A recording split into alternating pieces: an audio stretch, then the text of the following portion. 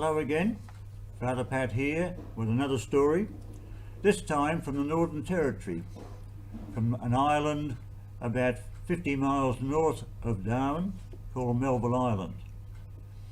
And it was associated with the Catholic mission, which was on the island next door called Bathurst Island. And Melville Island, the island I'm talking about, we had two centres for Mass. One was called Snake Bay, the other was called Garden Point. They were separated by a road through the bush of about 40 miles. And so the idea was to have a 7 p.m. Christmas Eve Mass at Snake Bay and to drive up to Garden Point for a midnight Mass. There was only one little problem with that plan, but this was Christmas Eve 1974. And that, as you know, was the time when Cyclone Tracy came, went westwards across Melville Island and across the top of Bathurst Island, and then when it hit the open sea went straight down for Darwin, which is ruined, and it petered out after about 100 miles after Darwin. And so 7 p.m. Mass, midnight, Christmas Eve Mass at Snake Bay. I happened to look out the window and I saw a mother trying to wrestle an axe off her two inebriated sons who were trying to kill each other. Didn't think much about it, finished the Mass, got ready to drive up to Garden Point for midnight Mass, confessions first was the plan, when this mother came to me with the axe and she said, "Father, would you look after this for me please? My two sons were hitting each other with it."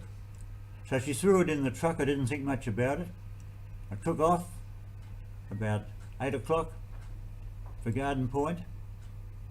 I'd hardly got to the edge of the village when I realised I'm in trouble. The winds had built up, the cyclone winds, and it would knock down the trees across the road.